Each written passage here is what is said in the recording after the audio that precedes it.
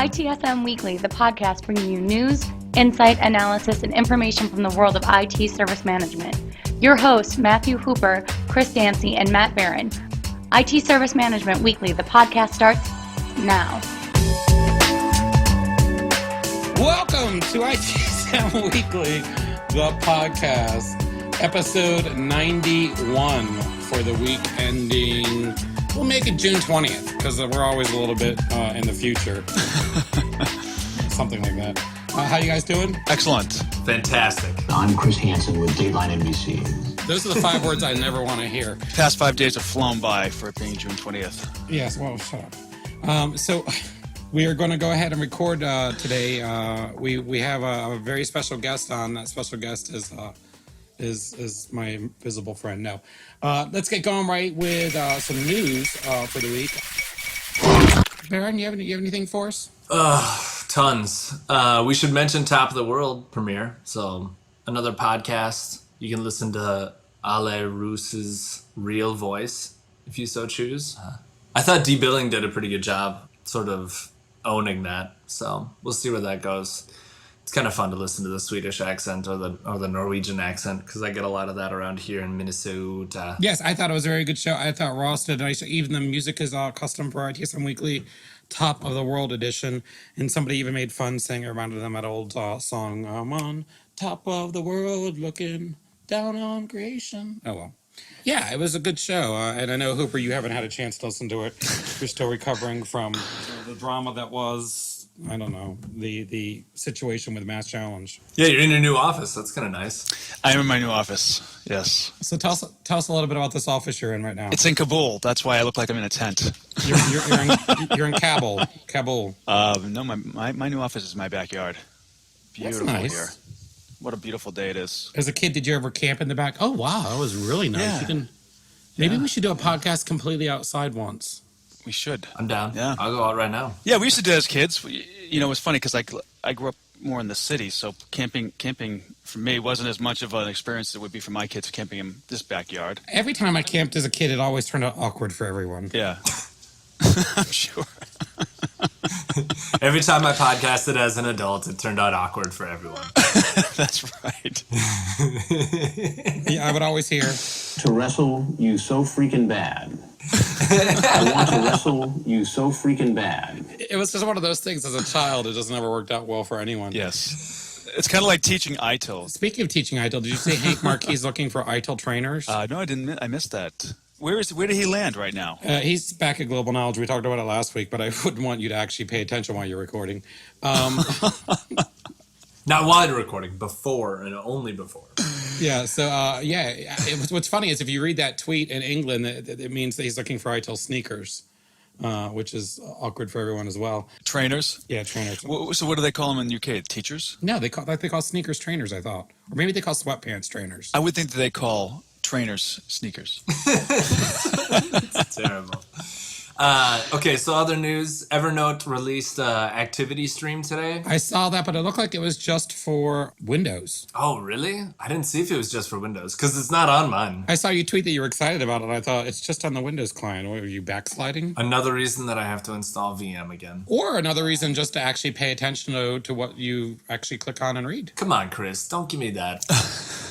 Wow. If it's on PC, it's coming on Mac. I think it's a great idea. I think everything should have an activity stream. And if you disagree with me, I know you're lying. Dude, I'm still overwhelmed with the fact you look like something from Miami Vice circa 91. We got like Crockett and Tubbs. Is that truly a sports jacket? I should have put a sports jacket on. No, If I'd got the memo, I would have. you got a little bit of man. If I actually had time to read the show notes before we recorded, I would have. Yeah, I won't give you a hard time. I know you're still recovering. So I guess other kind of pseudo industry news. So Facebook wanted to become relevant, so they spent $1 billion on Instagram. Microsoft wants to be relevant, so they spend $1 billion on Yammer. Thoughts? Whoa. I hope it gets more enterprises using Yammer because it's a partner that's already infused in a lot of enterprises. But You know, it'd be funny. I wish that Microsoft would take that $1 billion and actually fix their whole live platform, which was already a social network, and they could have actually used it to integrate better with Groove, right? So maybe if they just stopped blowing money on other companies and just fixed their own stuff, that would be a little helpful. I remember Groove. I really liked Groove. Groove's great. It was a way that like, I could have a document on my machine, but it was also on your machine. It was like Dropbox before Dropbox. That's right. Yeah, Groove is phenomenal technology. Microsoft has picked up so much phenomenal technology, and they just destroy it. Sounds familiar. So, Talking about BMC, so I thought it was really interesting. I got an email from ITSMF Fusion. I think it's you could probably get Freud in, and actually we could to examine why. Actually, that's Edgar Allan Poe, no different. But to figure out why they changed their hashtag from Fusion 12 to SM Fusion or whatever they made it is. But the thing I found most interesting about this, the ITSMF Fusion, if you're going to that event here in North America, down at the Gaylord Texan, again, 2 words you never hear together. The platinum sponsor, there's only one platinum sponsor for ITSMF Fusion. Guess what mega company is the platinum sponsor? I may know who it is. Who is it? Maryville Technologies. Maryville Technology. So Maryville Technology is the platinum sponsor. Guess who the next level down? Gold sponsors. ServiceNow. Nope. Isn't IBM one of them? Yep. Serena Software? Nope. We'll kill this game. So gold sponsors, Axios, IBM, and ManEngine. Axios, by the way, just released. I said IBM. Yes, I know you did. What do you He said yes to that. there? You happy? All right. Remember, I'm another generation. I need to be affirmed every 30 seconds. That's what Mrs. Barron says. And then silver sponsors, you've got Northcraft, Consulting Portal, our friend Mainville, PeopleCert, Exen. Bronze sponsors. Bronze. ServiceNow, Sharewell. So what I thought was really interesting about that was all the companies you would consider to be bigger have settled down to the bottom, and the mix is there, which kind of makes me wonder if, because we see a lot of the big players missing from shows, CA and I don't even think CA is on this list. No, they're not. Maybe companies just get so big that they don't need that type of exposure anymore at these conferences. I mean, why do you think this looks so backward to me? Well, I know IBM pulled out a few years ago of the show because they had their own show going on at the same time. Pulse. Yeah, Pulse. What was that? 08, 9, Yeah. 10? They all blur together. I can't remember. Did you say Vicky Vale? I said they all blend in together. Who's Vicky Vale? Yeah. So check that out. I thought it was pretty interesting. I will not be speaking at Fusion. Say so, Hooper. Did you submit? Of course, I submitted. You got rejected. I wouldn't say that. I would not say rejected.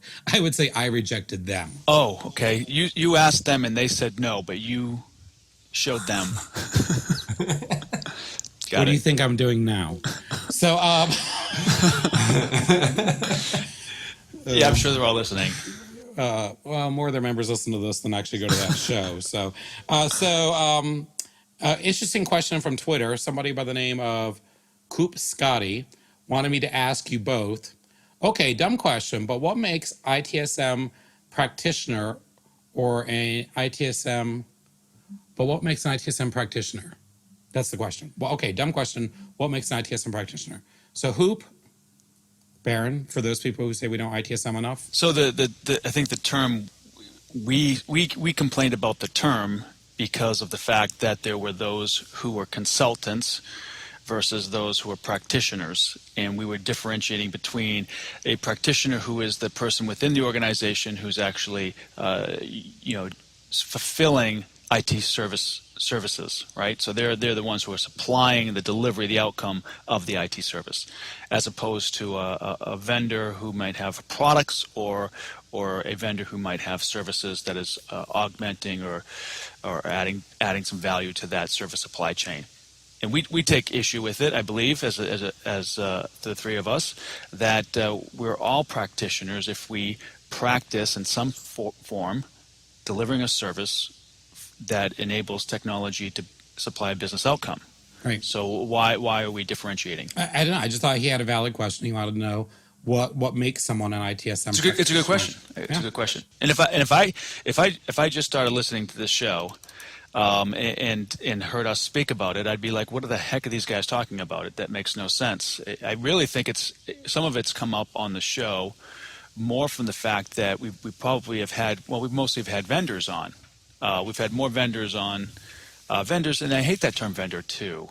But people who are an external provider of service, as opposed to the ones who are internal. We've had a few folks from companies, but we've mostly had people from product companies or consulting companies. Well, Troy and I do a little radio show called Practitioner Radio, and Yeah. I mean, are we lying when we say that? Just because it's not radio.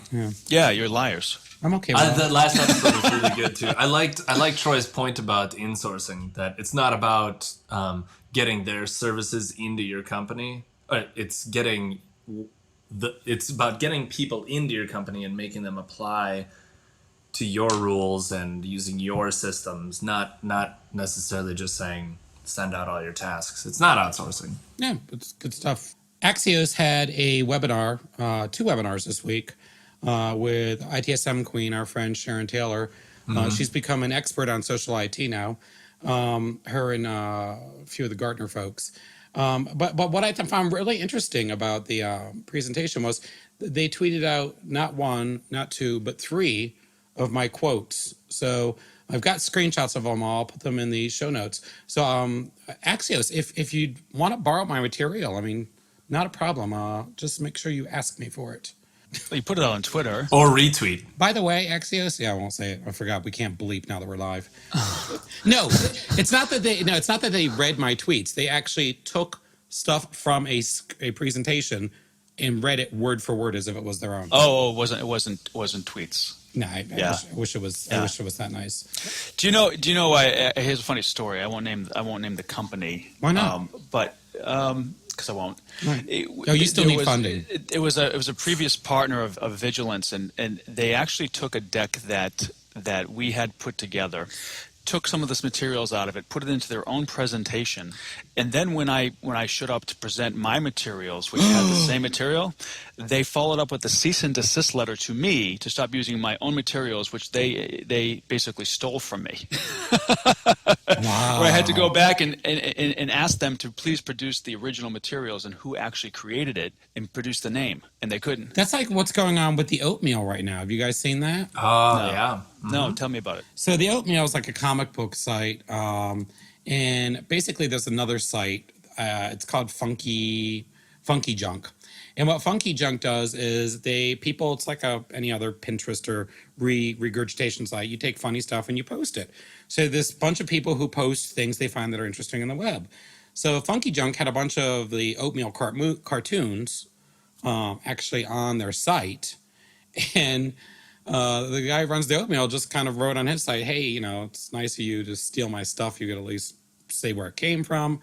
Oh, well, long story short, I'll put a link in the show notes. Funky Junk retained a lawyer and then sent the Oatmeal a letter. And then the last paragraph of the letter says, according to this demand, you're hereby to perform the following remedial acts on or before June 12th.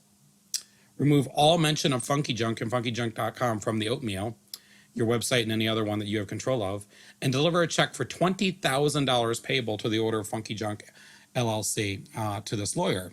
So what the Oatmeal guy did was he created this comic and started a fund drive. And what he decided to do was he wanted to raise $20,000 and the original demand, take a photograph of it, and then donate it to charity. In 11 days since he has retaliated, he is now on the Indiegogo fundraising site, raised $169,688. Yeah, he hit the 20 G's in an hour. It's brilliant. His comics are fantastic. Good for him. I didn't give any money, though. I wonder if you can crowdsource your ITIL project. Well, you can. Just post it on Back to ITSM, and people will answer your questions. Yeah. No, I meant like fund it, since no company's actually going to fund it. Crowdfund. Well, that's what we tried to do with ITSM Extreme Makeover. Yeah. Some sad news in the IT world. We learned this week that Sophie Klossner, also a guest on the show, from HDI, and that's North America's. Notice I'm taking time to explain all the references this week. HDI is just a lot of Klonopin this morning. North America's service and support organization. She's retiring as of the end of July. From HDI or altogether? Now, that does not say. It just says, with a heavy heart, HDI will be retiring after 20 plus years with Think HDI. Please give us your favorite Sophie moment. So I was shocked. It took like forever. No one put anything, but I put one out there. So, if any of our listeners know or are an HDI member or ever met Sophie or seen Sophie at a conference, make sure you head out to the website. I'll put a link in the show notes where you can check that out. Or if you're watching on the live stream now, you can check out HDI Connect, and you'll see something from Dan Orley right there. Oh, good for her. Baron, you look bored. So what are you writing? No, I have to write it down so I make sure to put my memory on there. I saw the post. I just didn't post right away because I had to think about it for a while. She's a good kid, Can you hold on while I pull up a notepad and gather some notes on what you're about to say? Come on. Do not. I need to write things down because I forget. I have ADHD. Squirrel. Prove it. Snort an Adderall right now. I've met her lots of times. She always remembers who I am. Maybe not my name, but she always remembers my face. Any news from you before I move on? A fantastic article about this CIO says that IT consultants don't have any innovation. They don't innovate in his enterprise anymore. So a CIO is telling the world that IT people or IT consultants don't have innovation. That's nice. He says when he needs real innovation, he talks to entrepreneurs and startup owners. And Nancy Reagan talked to a psychic. I mean, I don't see the relevance of his statement. And so I think it's an interesting article because he's obviously choosing the wrong consulting vendors is really what it is. Or he's just trying to make headlines. Who is it? Possible. Don't say, because when I look at someone more, that's a freaking customer or something. Equinix, they might be. I have no idea what you're talking about. So we'll move on. So have either of you had a chance to read my series in over at the ITSM Review called Dancy's World? Yes. Wait, I thought that was just a collection of your posts. This is Martin Thompson's. Yeah, I read some of it. Oh, thank you. I've done 5 now. They seem to be very, very provocative. I think provocative would be the word. What I find most interesting about this was last night someone asked me, why are you doing that? Why are you writing those over on his site? And literally, guys, I get people think I'm a egomaniac. Yeah, and on some other bad words. So I thought I need a place where I can actually blog like the monster people paint me to be. So you can be a witch on his site and be a what did Skep call you? He called you something. I've got it in the show notes today. He referred to me as an apoplectic enthusiasm. Apoplectic, enthusiasm. Yeah. I don't know what he was trying to get across there, but I thought we would do a dramatic live reading each week from Dancy's World. Awesome. All right, that's a fantastic idea. Do you mind? Is that okay with you? No. Wait. Can we entitle this "Deep Thoughts with Dancy"? So this week is Edict 5, and Edict 5 is entitled, "In 2012, processing email isn't a skill, it's a full-time career," and an excerpt from Edict 5. People have been pronouncing the death of email since the first email was sent. I'm sure with 100% of my futuristic talents that email is not going anywhere. But email as a skill, once it's created and sits in a container called your email, your inbox, is actually a dead skill. This is not because it's going to be useful moving forward. It's because in a sharing economy, we need to do more than create silos of dead knowledge. I squarely blame the baby boomers who used metrics from the 19th century factory mentality from preventing this depression in knowledge workers. I believe deeply in the organic nature of things, the rise of skills and the death of skills. Unfortunately, no one's running around screaming, learn to create non-dead things. Think about it. Even a Microsoft Word document is dead. Where do you share this document? How do you collaborate on it? To make matters worse, people then take that Word document, put it in an email, and send it to a peer. It's like you're tying a papyrus to a pterodactyl and letting it free from your cave. That's been this week's dramatic reading. I love how you're able to turn it on and off, Chris. Yeah, you say that all the time, sweetie.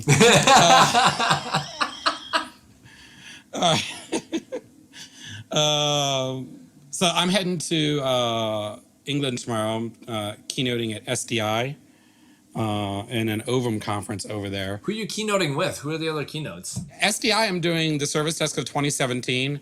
So basically, I've built a deck around supporting the first versions of AI. So what do you do when a computer calls you? Yeah. And then moving through to bioethicism, so supporting people that are hybrids, all the way to supporting robots. So I think it's really awesome that one of your your co-keynotes is a guy named James Timpson. Yes. How did you know that? Well, because I actually prepped. And so this guy James, That's a lie. We all know it. I actually really did prep. James Timpson, he never asked me if I wanted to do news. James Timpson. After actually, 5 weeks, I gave up. That's called a trend, right? So here's really interesting. So I'm reading the bio on this guy, James Timpson, and I guess Timpsons are they're all over the place. Or they're a family business in the UK, and there's a ton of them. So what are they known for? Well, they're known for shoe repair, which is interesting, watch repair, engravers, and key cutters. So what's really interesting is what are they also known for? Well, they are the largest recruiter of ex-offenders in the UK. Whoa. So they have stores that cut keys and do watch repair. And they are also hire people who are criminals. Former criminals. Reformed. Reformed criminals. I guess it makes perfect sense. Does it say reformed, or what does it say? I mean, It says ex-offenders. Ex-offenders. Yes. Like I was an offender, but I quit. Or me and offending were together, but we're not anymore. I'm really not sure. Everyone's offended someone. Now, do you think they go to like Xavier's school for another one? That's awesome. Well, yeah, I'm sure that there's like a Carnegie Mellon for crooks in the UK. Yeah. Well, there's one in America. It's called Harvard. All right. This is true. So They usually end up becoming politicians. yeah, we can't talk about politics. So I saw Barclay Ray is also going to be one of your keynote. he's guest not. Yeah, speakers. he's just presenting. He's not a He's a keynote. speaker, Yeah. Please don't affect my ego like that. You're sharing the stage with Barclay Ray. No, Barclay Ray is sharing the stage with me. So Barclay, just hit him when he's there. I know. I love Barclay. It's really funny. 3 years ago, Barclay came up to me in Waterloo Station in London, and he says to me, he just left Axios at the time, and he goes, "Chris, I can't Do a Scottish accent. I can't do a Scottish accent, so I make him an old Jewish gay woman." Chris. So, because I have to ask you, how do you make money doing any of those tweets and stuff? That social media, that doesn't make sense. Why would anybody do that? And then a year later, he's the the service desk inspector with a TV show. So Get into my belly. get into my belly. Wait, we just live. Yeah. Oh, shut up! I just forgot. I forgot it was live. So Hooper, you ran into our friend, the real Gene Kim. The real Gene Kim. What a guy. What a guy. But you have to say that now. You're paid to. Well, we're not sure we're disclosing that yet, Baron. But he's fantastic. He was a great presenter at ITSMF New England, which we had a pretty good turnout. I was actually pretty impressed. And he did a great job talking about DevOps. Just nails it. He so gets the point of operations and IT operations. So it was a privilege to finally meet him in person. Oh, you'd never met him? I had never met him before. No, I'm a huge Visible Ops fan. In every idle training I've ever given, I always talked about fragile CIs and had to make sure that people knew that actually wasn't an idle term, but it was a real world term that works, and you should remember this after the test. Yep. So it was great to meet him. But so we ended up chatting a little bit. I had the opportunity to take him to the airport. I told him I'd give him a ride. I'm riding in your car. You turn on the radio. You're pulling me closer. I just say no. Yeah, I'm absolutely sure this is the image that Gene wants to have of the Oh, the experience. Pointer Sisters. Now, was it in the Hoop? Was it in the Hoopmobile? The same thing I wrote in. Yes. Okay, I didn't know how many Yeah. vehicles you own. No. Yeah. No. Neither did no, he. No. I no longer drive fancy cars. I have Hyundai Sonata. A Hyundai. How do you pronounce that? Hyundai? Hyundai. Yeah. That's Hyundai. nice. It's pretty fancy. Oh, yeah, you add some extra syllables to make it more relevant. Yes. It's like Target. And horrible. So Gene is writing a novel. This is really exciting news. When IT fails. When IT fails, and he gave me the opportunity to do a review on it and to read some of it and give him some feedback, which I found to be just a really nice compliment. I dug into it, started reading it, and gave him some feedback. He had to submit it, so I couldn't get too far. But boy, he's got it nailed. I tell you right now, I'm reading the book. And I find myself like yelling at the people at the book, like, "Come on, you idiot! You know that's not how you should be releasing something." It's like such a book for people who've been in IT operations, a VP of IT of Ops, or a network administrator. So it's 50 shades. It's 50 Shades of ITIL. Yes, it's ITSM porn. So what's really interesting is a year ago he gave me a draft of this book a year ago, and I was going through it, and I came back to him and I said, to build a marketing plan around this right now, you need to create all the characters in the books as Twitter accounts, and over the next year have this roll out. Oh, Yeah, no one listens to me, and he should have created LinkedIn accounts for them. dude. Of course, dude. Actually got them hired at different companies, and they've been awesome. I mean, if Serena Doug, which is Serena's, it's not even their CIO. It's the character who plays the CIO for Serena. I mean, if he's real, that Gene King can have real characters. Yes. No, it's good though. You're going to love the book. It's actually very, very well written. I give him so much credit. Writing a book is hard enough, but to write a novel around ITSM and kind of like IT focused and for geeks, and not have to explain what a SAN is and all that kind of stuff. I mean, that's brassy. So I applaud him. I think that's great. It says a lot about the industry too that we're ready for that type of thing. But even beyond that, I tell you, so as an individual, so I got the opportunity to kind of share with him what we're doing with Smack, and he broke out into this iPad frenzy, and he started to show me this tool that he built called TweetScribe, which I'm now using, which is awesome. I don't know if you've seen it, Chris. Of course, Yeah, you do know who I am, right? yeah.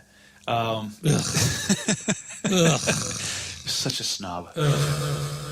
So he breaks into this interviewing process that was just fantastic. He gave me all his notes. He told me this is how you have to interview people to get requirements. This is how you have to focus on the use case. This is how you have to build the story.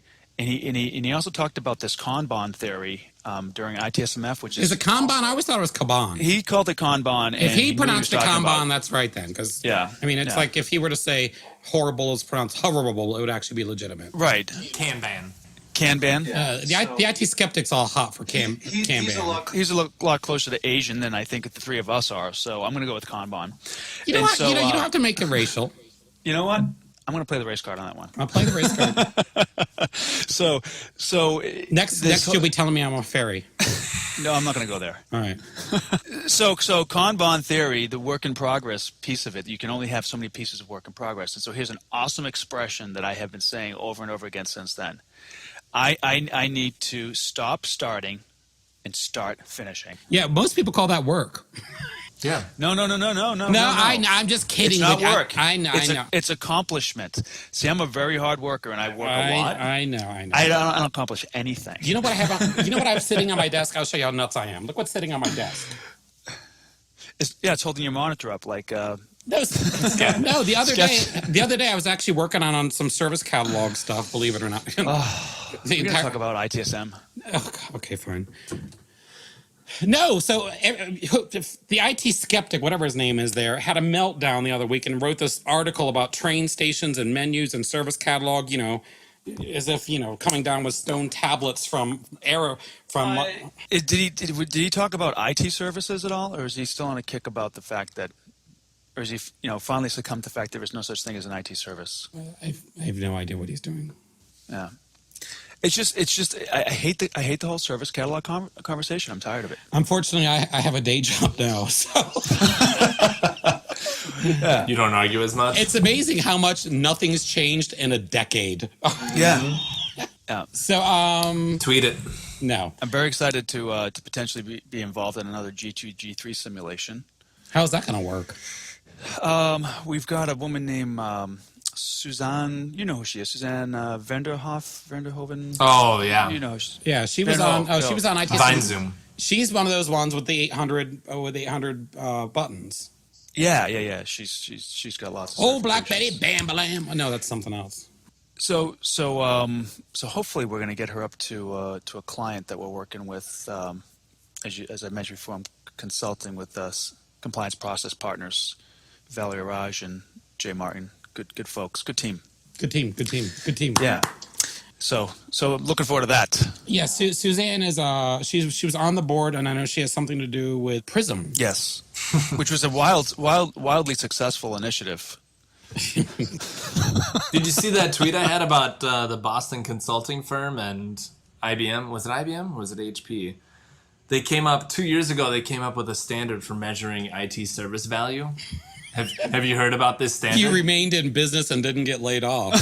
Have you heard about this standard? No, Have you no. heard about it? No, I missed Of course that, Barry. I not. apologize. No one heard about it. They spent like Now you know how I feel when I do 150,000 news. For God, he said they're getting upset with us because we don't know some obscure standard he prepped 3 days to tell us about. No, the point is that you don't know what it is. Did you guys read my recent post about Jonathan Feldman's how enterprises need to work like a startup? Hooper, Barrett and I don't even. Where he interviewed Eric Ries. Did either one of you read that one? Did you? Barrett and I Did don't you? even follow you anymore. I don't.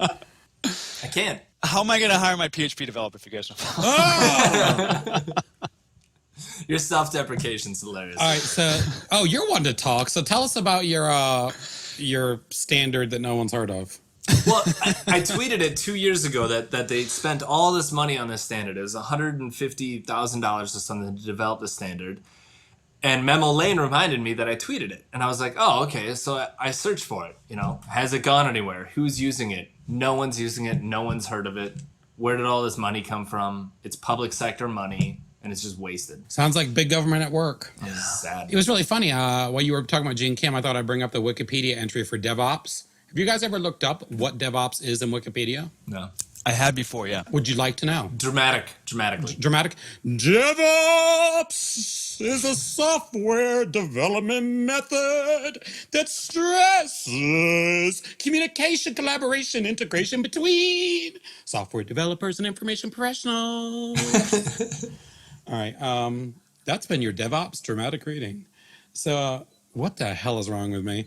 All right. It's funny, Google Hangout makes you quieter now because you yelled so loud. And so now you're quieter to the rest of us. They're like, oh, he's being really loud. I still can't get over you're wearing that jacket and a t-shirt. All right. I need to look more professional. Someone ribbed me because all I wear is t-shirts when we're recording this. What's wrong with wearing t-shirts when we record this? Yeah, I'm actually wearing my first V-neck because I have my back waxed, and now I can wear things like that. Well, no, it was getting on my nerves because as I get older, I get a little fuzzy up on my shoulders. Yeah, no, I get it. And Trust me, as I get look it. over my shoulder to look in the mirror when I'm in the shower to make sure that I give that parting glance just correctly. Yeah, you look like a bantam. Who's back there? Oh, goodness. Let me get some hair gel out and do up my shoulders. Another cool use for the Kinect. Someone came out with this thing called Kinesight, and it keeps track of where your remote is. So if you lose it in the couch, it says, "Hey, it's in the couch." The places I lose my remote, Gross. the Connect. Hey, what did you guys think of the Ivanka Menken CMDB of intangible assets thing? The thing that I invoked her to write like the power of Christ that compelled her. Good. Thank you. No, it was really funny because she was like, Chris Yancey made me write this. And I was like, the power of Christ invokes you. The power of Christ invokes you. So, if you've ever seen the Christ. So what was it? So she went to an EO thing. EO, for those of you who don't know, is an entrepreneurs organization, and saw a motivational speaker. A lot of motivational speakers lately, if you're watching conference streams, it's amazing how many people are unmotivated, but then suddenly motivated to tweet something that they'll never pay attention to or follow. But she was listening to this speaker who was then talking about the intangible assets of an organization and how to value them. And she tweeted it. And then I, of course, with my little bit of accounting background, said, isn't that what we just call goodwill on a balance sheet? It's actually an asset. It's something that carries a value. So, like 6 hours later, she came back and said, no. And I said, whatever. Oh, and then she wrote this blog. We'll put a link in it. What did you think?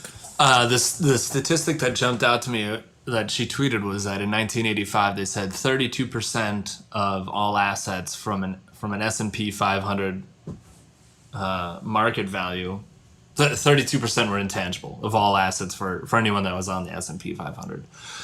Now it's 81%. And so, like, if you look at the way that they treated IP back then, sort of a terrible way of treating IP, and now the way that we treat it today, it seems logical that we would need sort of it goes to your knowledge locker thing that you're talking about, Chris. Yeah, I know, but what you know and what your employees know is more valuable than what you have. Well, I was working on a document for ServiceNow talking about the value of having an activity stream. And besides all the social stuff, I said, what's nice is your IP is somewhat protected because it's in the cloud with your stuff and it's not like it's lost anywhere. So I don't know how I feel about that stat because I did read her post. I think in some ways it scares me, not as a business person, but more as like a human. Because I look at all the money that didn't exist in the markets that just kind of evaporated when the markets went nuts. Yeah. And when I hear about, 85, what was the stat? 85% of value? 81%. 81% of corporate value assets today are or intangible. That's pretty crazy. It's bad. Hooper, you're a business person and smart. See, I take a different perspective altogether. Well, of course you do. That's why you're on the show. If you agreed with us, we wouldn't have you. Assets don't have to be tangible to be valuable, right? I mean, you have your greatest asset in your organization is your knowledge. Right. I think we're not disagreeing with that. We're agreeing that it's now 80% of the value of a business instead of 30% as it was 20 years ago. More of the business is intangible assets. Yeah, but I think that's good, though. I mean, if you look at where you want to drive, an economy at a scale, we want to be a society of people who are knowledge workers, right? I mean, you hate to say it and feel like there is try to ignore that there's a class war that goes on globally, but there does, and there is. And so if we could be a country full of, high-end, high-professional knowledge workers, lawyers, doctors, people who basically set and regulate society versus the ones who actually have to put bolts in little trinkets and things like that, then, that's of higher value. So in every civilization that has these classes of workers, there's always some form of income inequality, whether it be, CX, whatever is making 90%. And this move to this knowledge economy or reputation economy, it's something I don't talk about purposely in my presentations because I think it would scare a lot of people. I mean, just the topic scares people that, they've got some type of algorithm scoring them, and then I introduce this idea of a knowledge locker. But to me, the really scary thing about this is in an economy like the one you describe, where money really isn't the thing that's making people unequal. So what is it going to be? And in my opinion, it's going to be access to information. And access of information is the foundation of every single democracy on Earth. So we're actually heading to a really scary point in time, as far as I'm concerned, in humanity. Well, did you see the windmill thing that Skep posted? No. It's a TED Talk about a guy who, in Africa, Myanmar, I think, and they can't produce enough food, and he doesn't have any access to water. I thought Myanmar was on the other side of Thailand. It's not Myanmar, then. Okay. I'm not the best at geography. In any case, and to be honest, I didn't pay that much attention to the beginning of it, but we always make that assumption. Myanmar is right next to Laos. It's between Bangladesh and Thailand. Access to information has made you very powerful, Hooper. Hey, actually, that is only known. I had a friend who did volunteer work in Myanmar. You're wearing a T-shirt with the entire Asian continent. Actually, that's just a grape spill. He went to a library and read about a windmill, and he built a windmill, and he's got a line that's as long as the city is of people that want to charge their iPhones and charge their cell phones on his windmill. It's just like, that access to information that he got for a few moments there is just like, it made him the king of the town. Yeah, you're talking about William Kamkwamba. Does that sound familiar? William Kamkwamba? Like I said, did not. He pay attention to the just game. looked it up. Watch his eyes and watch what he does. I'm watching the TED Talk right now. You guys keep going on. You can at least like hide your video or something. It's about resource, though, right? He has a resource. Right. And what was his value? Was his value the windmill, or was it the energy that came out of the windmill? His value was the publicity around the damn windmill. No, his personal value. Now, the only people who fear everybody becoming heroes is heroes. The only people who fear everybody becoming a superstar is superstars. Someone the other day, well, that goes on to a bunch of things. The only reason we have the dollar value, the only reason we have the dollar value is because there is the Wall Street. The Wall Street, like the internet. The Wall Street, yeah. What have you started drinking when you're off camera? Where is all this coming from? I'm just saying, if you stopped and looked at it from a rational, social standpoint, the dollar has zero value. It's called fiat currency. Look it up right now since you're so quick on the internet. That's exactly correct, and it's because of the simple fact that we are being gamified, and we have been gamified from mostly let's just blame the British or the Romans, one or the other, and I think it goes back a little further than that, but yeah, right, and that's and this is exactly, people say, well, what does this have to do with how people react in corporations and other things? That is exactly the point. If you look at when people say the word, thiefdom and building their empire building, that's exactly what they're doing. They're trying to, overstate their dependency, Power. Yeah, and their power, and their value. But ultimately, knowledge workers are going to come to a point where you've got so much knowledge available to you. You've got so much knowledge, banked, that you can trade or to me, access to information is the new currency. But I won't go there. Let's talk about bring your own device, because this is another one of those things. I truly believe the reason bring your own device is such a crazy topic right now is because it truly represents, again, the income inequality in organizations. If I show up with a MacBook Retina tomorrow at work, everyone's going to think, how much are they paying, Chris? They're not going to think, what a nice device, And again, I think you wouldn't ask a plumber to come into your house and use your wrench. You wouldn't ask a painter to come into the house and use your brushes. You wouldn't ask me to come work for you and ask me to use your equipment. Awesome. And as a knowledge worker, we need to be really sensitive to what BYOD actually is. And a lot of people, it's a threat to their bread and butter. That's a great analogy. Dude, you know who I am. But the plumber does come to my house and ask to use the toilet. He doesn't bring his own toilet. What? I can guarantee you, if there's a plumber in your house, he's peeing in a can in his truck. Yeah. Have you ever been to anyone else? I don't even want to go into other people's bathrooms, although I always look at the medicine cabinet. I don't know what it is. There's something magical about other people's medicine cabinets. Who has medicine cabinets anymore? I do. Really? You have a medicine cabinet? Dude, do you know how many meds I have? No, I am sure you have meds. I know you have meds. Hooper just rolled his eyes. That's awesome. That's the craziest Hooper thing we've ever seen. Hey, so I don't know if you've all seen this thing. I was looking at this earlier. It's the best and worst cities to work and play. Okay. It was for some reason it was on CIO.com. Ugh. I know why it was on CIO.com, because CIO.com sucks. Oh, it's horrible. It was actually, but it was really funny. I definitely want to put this in the show notes. You won't. Oh man. So they say Australia, they have like a down thumb, and it's just a picture of a shark. It's literally like, something you'd see on Mashable or something. I have no idea why it's like CIO.com could not go downhill faster. One does not simply live in Australia. All right. I don't know why CIO would even be talking about that. Do you have any other news, Baron? I see you got a few things here before we get to the top of the show here.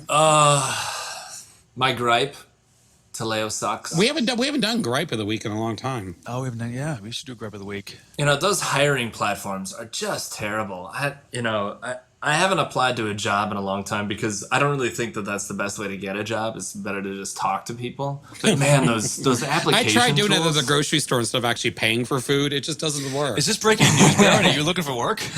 No, I was yes. Definitely. Every time, all the time, every day. Anyone who's a consultant's always looking for work. You just- But no, Taleo totally sucks. I can't believe that it still is in business. Bonnaroo streaming. Did you guys check out Bonnaroo streaming at all? No. Oh man, it's better than going to the concert. You don't have to touch any sweaty, dirty people. You don't have to use a porta potty. But you see, What are you talking about? Bonnaroo. It's a music festival in California. Oh my God, I feel so old. Do you have any idea what he's talking about, Hooper? I really don't. No. They streamed it live on YouTube, like the entire concert. So every single venue, every single artist on there for free. Really? It was fantastic. Absolutely fantastic. Oh, this is a good one. There's a site, I think it's in the UK. What's their bloody name? I can say that. What's the UK dealer? You suddenly can't think of something and you turn into an English person? What's the bloody name? Kogan. And if you use Internet Explorer, they tax everything that you buy on their site an additional 7% because you're using Internet Explorer. Fantastic. No way, really? Yeah. Just to make you not use Internet Explorer Exactly. on their site. Yeah, and they've got a link. Hey, download Firefox, that's brilliant. download Chrome, and you don't have to pay this tax. But people still pay it. That is going to be my smack, marketing strategy. I tell you right now, IE is killing us. It's terrible. Killing us. Then why don't you just not support it? Because too many people use it? Too many people use it. So we're working with a couple, a bunch of recruitment firms right now because our target market is Right. headhunters, and so they're all like we have one client who's IE7, and they're Yeah. a national firm. And it's because their homegrown CRM and applicant tracking system uses IE7. And we're just like, all right, can you get Chrome on there and fight? Can you just open two browsers? Nice. Oh, it's killing us. This whole week, instead of putting out this is actually the part of that article I was talking about earlier with Eric Rees inside of Innovation. You still see these big companies spend 80% of their time keeping the lights on and 20% innovating. But this is exactly the reason. It's like, we're a small shop, startup, we couldn't be more agile. Yet this whole week we lost putting new features and bringing some great technology to the people because we had to fix IE issues because they can't support the standards that are out there. It's just crazy. Junk. It's a waste of time. It's a waste of money. It's junk. That's where Microsoft should be spending their billions of dollars. Yeah, you think? Ugh. Okay, and then last one, great bring your own device article. I thought it was very well stated. Technology in itself is not an end. Technology exists to augment and amplify human potential. And I think it's Northwestern University that actually gave the talk on it. But they use 100% BYOD. It's just like I just said. But that's true of all of humankind's tools have always been just to amplify their ability. A spear is just an easier way to kill a deer. Because killing deer with your bare hands, especially if it's a big deer, oh dear, It's a sport. it's a sport. Hoop, do you have any news? Well, we've talked about most of my news, but I've got a gripe of the week I'd like to share. Go ahead. So this isn't a gripe that I really experience anymore, but Oh, okay. Well, then what? Yeah, then now's the time to bring it up. dotted line reporting. What does that mean? Dotted line reporting. This person is in IT, but they don't really report directly for me. They work for the local manager. They're Oh. dotted line to me. Why are they a dotted line? Be no line. Yeah. Thank you, Baron. I'm at a major client right now where we have to decide assignment groups for an ITSM initiative. It is like pulling teeth. I am in hell over it. And, we've come to the point now where it's just like, are you an incident group? Change group? Request group? Awesome. Fantastic. Those are your groups. Let's just go with that. Because their organizational structure is so poor and it changes so often. Like, why do you not understand your business well enough to organize yourself? They're trying to put themselves functionally in kind of process titles. It kills me. And we've got process titles, and we can give process groups no problem, but they fight it to death. Yeah, it blows my mind. Where you see these decisions that people make from an org chart standpoint, and I just say to myself, who actually looked at this and said, "Oh, that's a good idea. Let's do that." And I think a large amount of this company's specific problems is that there's so much like most people are middle heavy, right? Middle management is like, Yeah. This company's top heavy. instead of middle heavy. It's like directors, VPs, senior VPs. These are the only people doing work there. It's got to be either a bank or an insurance company. No comment. No comment. So somebody check Matt Barron on Foursquare. I don't check in anywhere anymore. I don't. I stopped using Foursquare. A client I used to work at, they actually had someone who was the problem manager. And I know there's a lot of people who have that role. My boss is the problem manager. Yeah. I know a lot of problem managers. but the reality, why do people not get the idea of a role? I mean, did they never play cops and robbers as a kids? Put on a couple extra pounds. I mean, you get roles for days.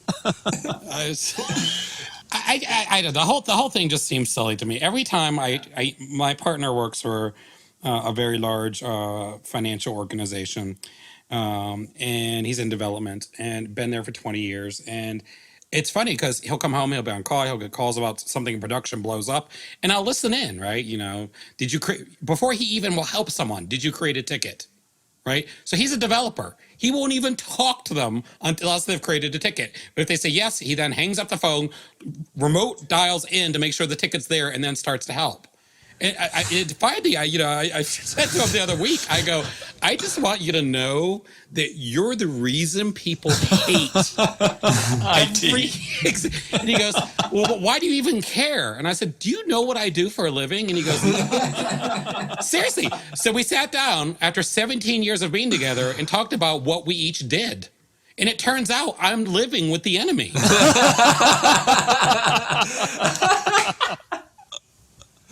That is awesome. It's like Stockholm syndrome. I don't know what to do. Do I kiss them? Do I get them fired? I just don't know. You should switch that to your byline. Living with the enemy. Living with the enemy.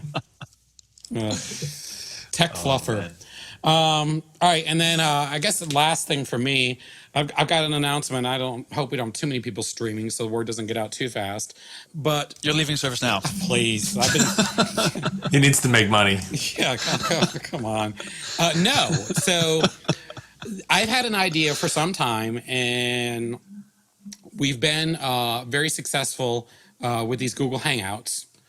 And I've kind of put some things into motion that I'll be announcing next week after the SDI conference officially.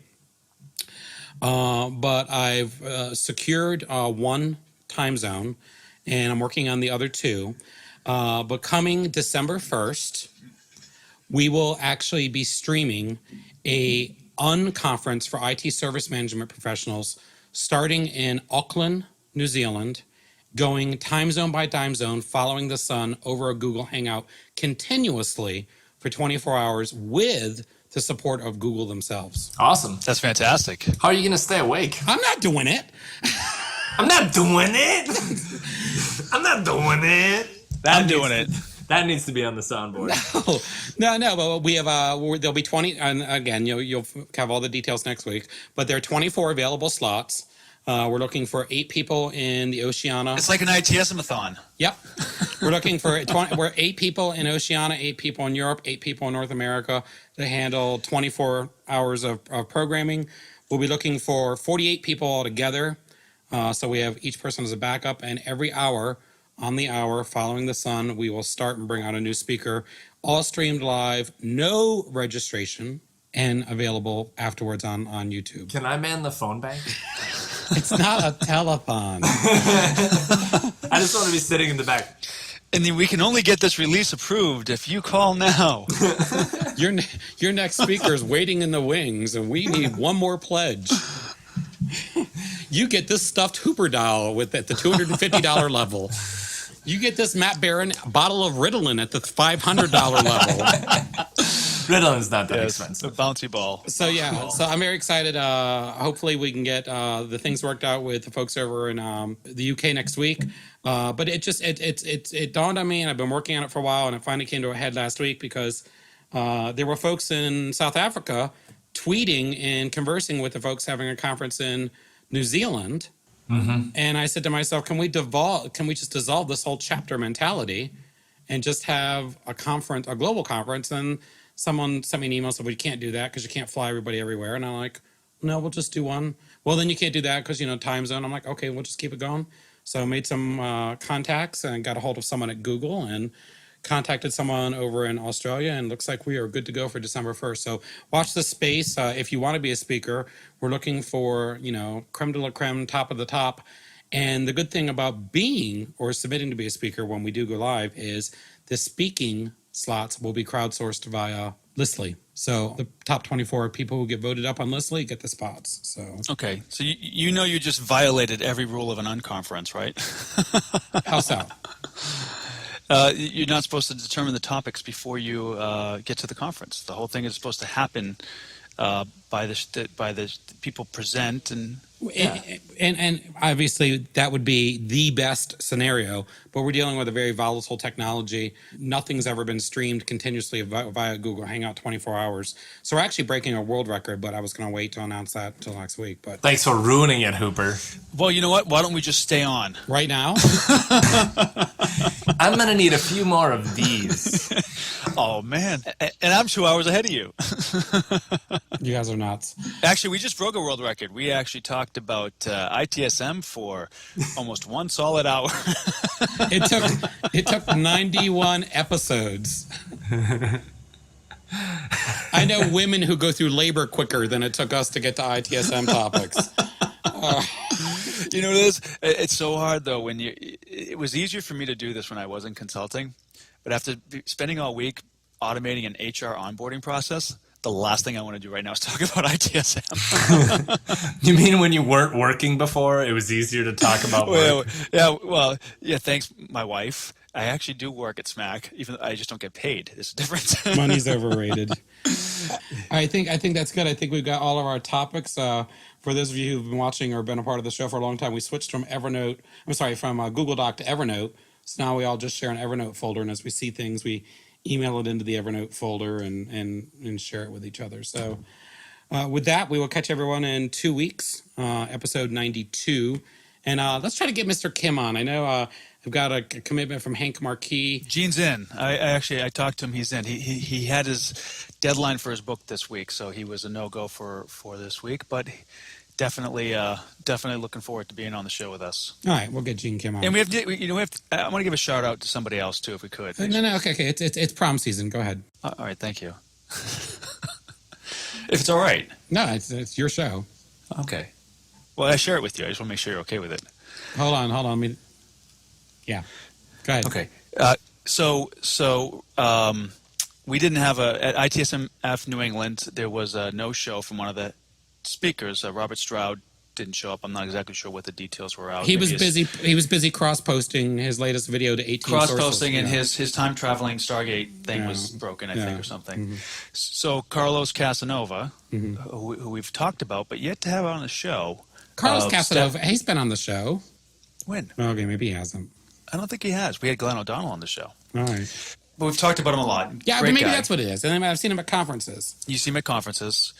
Stepped in last minute and did a great job in speaking and running a mini panel last minute to keep the little conference slip up alive. So, I think that's I think that goes to some of the loyalty that ITSMF has amongst its members.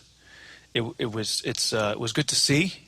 It gave me a lot of respect for Carlos. It also gave me a lot of respect for the local folks here in the ITSMF group in New England. Even though I'm not a member anymore, I have a lot of respect for them and what they've continued to do. And I know that a lot of other folks in their chapters, in their local chapters, and people who listen to this show are dedicating a lot of their own personal time to that. And so I just wanted to say thank you. Thank you to all of you for your volunteering and for all the work that everybody does to kind of keep this stuff alive. It takes a lot. And, when you see it in action, it really is appreciated. Because it's just so easy to go to a conference and sit back and do nothing. And so thank you from the bottom of my heart.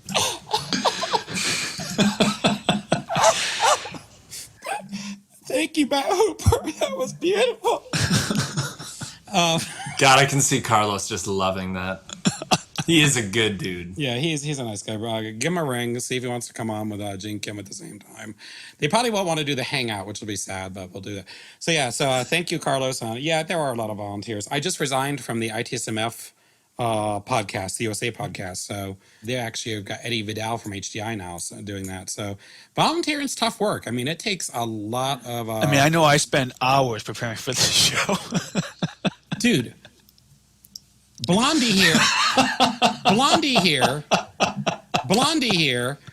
shows up in a t-shirt with a beer, puts on a sport coat, then suddenly becomes... Ugh. All right, this has been ITSM Weekly, the podcast, episode 91 for the week ending June 20th. We will see you all next week. Thanks. Bye, everybody. Adios. Bye. This was ITSM Weekly. Thank you for listening. For more information about this podcast and ITSM news, go to itsmweekly.com.